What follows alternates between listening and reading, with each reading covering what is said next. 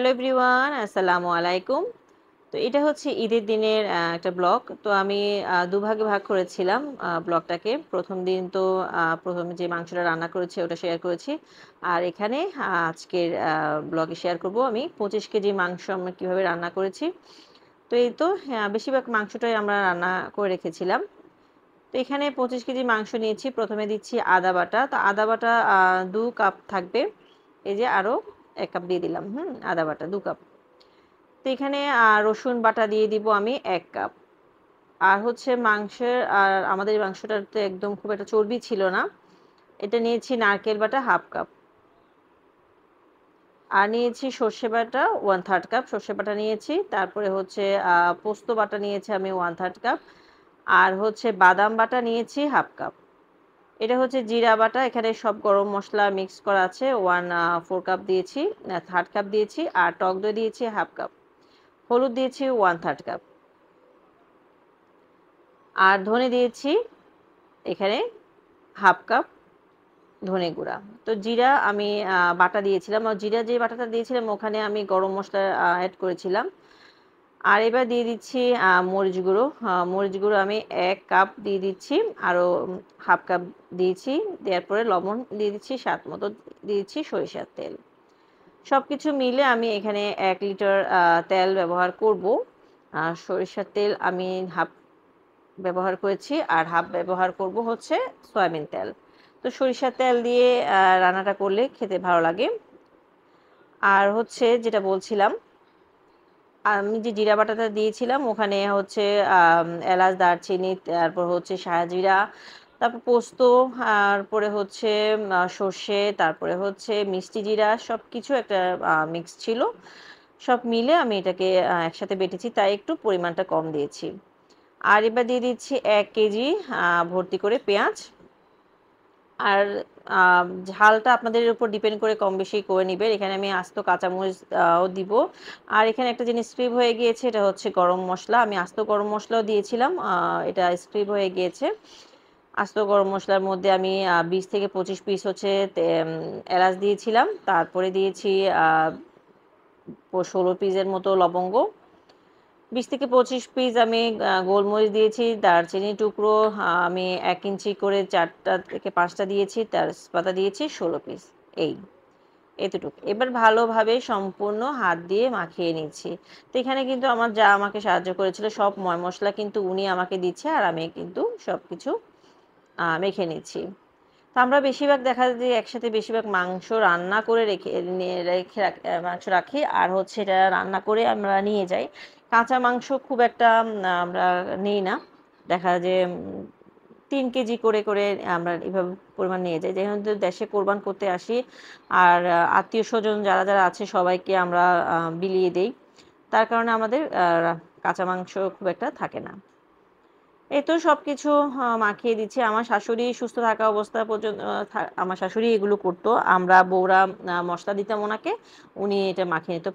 এই হাঁড়িটা আমি পাল্টিয়ে ফেলেছি। হাঁড়িটা কিন্তু ছোট হয়েছিল। আমি ভালোভাবে নাড়তে পারছিলাম না, যেহেতু ২৫ কেজি মাংস এখানে আছে। দেখতে মনে হচ্ছে মাংসের কিন্তু একটা ওজন আছে হলো। দেখতে মনে হচ্ছে ২০ কেজি হবে, কিন্তু না, এখানে ২৫ কেজির মতোই আছে। তো যেটা আমি নাড়াচাড়া করতে পারছিলাম না, তাই এখানেই ভালোভাবে নাড়াচাড়া করে নিচ্ছি। তো বরাবরের মতো আমার ভিডিও যদি আপনাদের ভালো লাগে, প্লিজ লাইক দিয়ে ভিডিওটি কন্টিনিউ করবেন। একটু বেশি ভালো লাগলে চাইলে চ্যানেলটিকে সাবস্ক্রাইব করবেন। পাশে থাকা বেল আইকনটি প্রেস করে দিবেন। এতে করে আমি যখন নতুন করে ভিডিও আপলোড করব তার নোটিফিকেশন পৌঁছে যাবে সবার আগে আপনার কাছে। আর যারা ফেসবুক থেকে দেখছেন তারা চাইলে পেজটিকে লাইক, ফলো এবং শেয়ার দিয়ে রাখতে পারেন। আপনাদের একটি লাইকই পারে আমার এই ভিডিওটি অনেক আপু এবং ভাইয়াদের কাছে পৌঁছে দিতে। প্লিজ একটি লাইক দিয়ে ভিডিও কন্টিনিউ করবেন। তো এইভাবে সবকিছু ভালোভাবে মাখিয়ে আমি চুলাতে বসিয়ে দিব। আমার শাশুড়ির স্পেশাল একটা চুলা, যে চুলাটা এত উঁচু, ওটাতে দাঁড়িয়ে আপনাকে কাজ করতে হবে, বসে কোনো কাজ করা যাবে না, ওটাকে দাঁড়িয়ে অনেক সময় কি করে জানেন, আমরা চুলার উপরে উঠে তারপরে রান্না করি। কারণ হচ্ছে চুলাটা হচ্ছে দুটো চুলা একসাথে।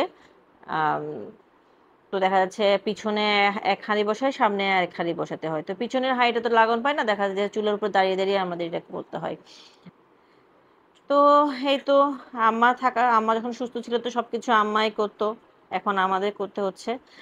আম, এটা হচ্ছে সিনিয়ররা চলে যাবে, জুনিয়ররা আসবে, এরকম। আর এখানে সবশেষে কিন্তু আমি একটা মাংস যখন রান্না হয়ে যাবে, কমপ্লিট হয়ে যাবে, তখন একটা মশলা ইউজ করব। গরম মশলা না, এটা রাঁধুনি গুঁড়া। রাঁধুনিকে আলাদাভাবে আমি তেলে গুঁড়ো করে নিয়েছি। ওটা আমি ঢাকা থেকে নিয়ে এসেছি আসার সময়। তো এখানে তো সব মশলা আমাদের নিয়ে আসতে হয়, এখানে তো ওভাবে কিছুই থাকে না। টু জেড আমাদের এখানে সব কিছু নিয়ে আসতে হয়। তো এই যে চুলাটা বসিয়ে দিয়েছি, দেখুন চুলাটা কত উঁচু। তারপর কিছুক্ষণ পর পর এসে নাড়াচাড়া করে নিয়ে যাচ্ছি। এই চুলাটা দেখতে হাঁড়িটা দেখতে অনেক বড়, কিন্তু এটা এত পাতলা হয়ে গেছে যে তলনিতে লেগে যাওয়ার সম্ভাবনা বেশি থাকে। এটা ভবিষ্যৎ রেকর্ড আছে, এটার তলনিতে অনেকবার লেগে গিয়েছে আমার শাশুড়ি থাকা অবস্থায়, তখন দেখা যায় আবার চেঞ্জ করতে হয়। তো কিছুক্ষণ পর পর এটাকে নাড়াচাড়া করে দিচ্ছি। তো এখানে দেখুন কালারটা চলে এসেছে। তো কোরবানির মাংসে কিন্তু অনেকখানি চর্বি থাকে, যার কারণে দেখা যায় যে তেলটা একটু কম দিয়ে রান্না করার চেষ্টা করবেন। যদি প্রয়োজন হয় তখন বাগার দিবেন, তাও ভালো, নাহলে অনেক তেল হয়ে যায়। তো এখানে আমাদের গরুটাতে অতখানি চর্বি ছিল না বললেই চলে একদম। তো আমাদের কিন্তু 1 লিটার তেল আমরা দিয়েছি। এই যে ভালোভাবে তো নাড়াচাড়া করে নিচ্ছি। তো এই তো নামানো হয়ে গিয়েছে। রান্নাঘর থেকে আমরা ডাইনিং রুমের দিকে নিয়ে এসেছি। নিচে একটা পেপার বিছিয়ে দিয়েছিলাম। হাঁড়িতে যেহেতু কালি আছে তাই। কালারটা অনেক সুন্দর হয়েছে না? তো এবার রান্না করছি হচ্ছে এই যে আমাদের আঞ্চলিক ভাষায় আমরা এটাকে বলি নলা।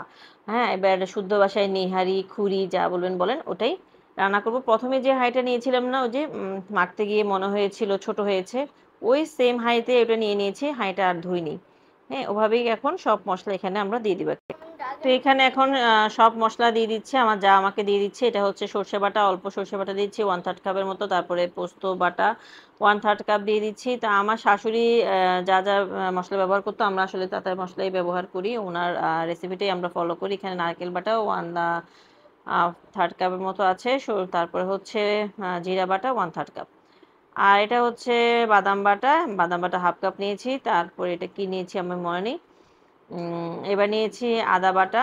আদা বাটা 1 কাপের মতো আদা বাটা হবে। টক দই 1/2 কাপ হবে। টক দই এখানে একটু কম ছিল আসলে, টক দই আর একটু বেশি দেই আমরা। তো লবণ দিয়েছি স্বাদ মতো। তো এরপর দিয়ে দিচ্ছি শুকনো মশলা, হলুদ। হলুদ এখানে 1/3 কাপের মতো হবে।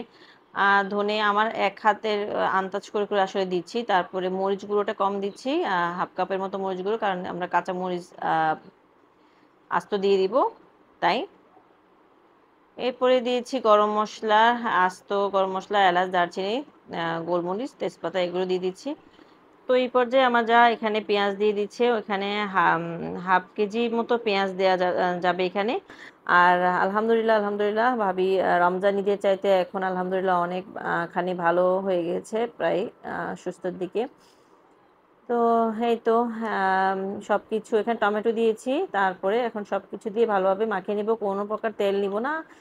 এটার সম্পূর্ণ পরবর্তীতে ভিডিও আমি হয়তো আর করতে পারিনি, কারণ আসলে কোরবানির সময় আমরা প্রচুর প্রচুর ব্যস্ত ছিলাম, খালি রান্নার উপরেই ছিলাম আমরা। তো এখানে আমরা কোনো প্রকার তেল দিব না, কারণ নিহারি থেকেই অনেকখানি তেল আপনা আপনি বেরিয়ে আসবে, তাই কোনো প্রকার তেল দিব না। শুধু মাখিয়ে পানি দিয়ে চুলায় বসিয়ে দিব। তারপরে দেখবেন যে পরে একটু ফোড়ন দিব, একদম খাওয়ার আগা মুহূর্তে আমরা ফোড়ন দিব, তাই আসলে আর কোনো প্রকার তেল ব্যবহার করতে হবে না। এই যে এখানে পানি দিয়ে চড়িয়ে দিয়েছি। এবার ভালো করে জাল দিয়ে এটাকে সেদ্ধ করে নেব একদম। তারপরে এটা তো এখানে শুধু ফোড়ন দেয়া বাকি থাকবে, এই তো। তো আমি আর ভিডিওটা কন্টিনিউ করতে পারিনি, অনেক কাজের ব্যস্ততা। এটা হচ্ছে 9টার দিকে, 9টা সাড়ে 9টার দিকে। তো একটু ঠান্ডা হয়ে গিয়েছিল। মাংসগুলোকে আমরা এখন বক্সে বক্সে নিয়ে নিচ্ছি, আমার যা এগুলোকে সবগুলো বক্সে নিয়ে নিচ্ছে। তো এই তো আজকে ছোটোখাটো একটা ব্লগ ভিডিও আপনাদের সাথে শেয়ার করে ফেললাম। আশা করি আপনাদের ভালো লেগেছে। তো আজকের ভিডিওটা আমার এই পর্যন্ত। আগামীতে আবার দেখা হবে। সেই পর্যন্ত সবাই সুস্থ থাকুন, নিরাপদে থাকুন, আমাদের পরিবারের জন্য দোয়া করবেন। আল্লাহ হাফিজ। আসসালামু আলাইকুম।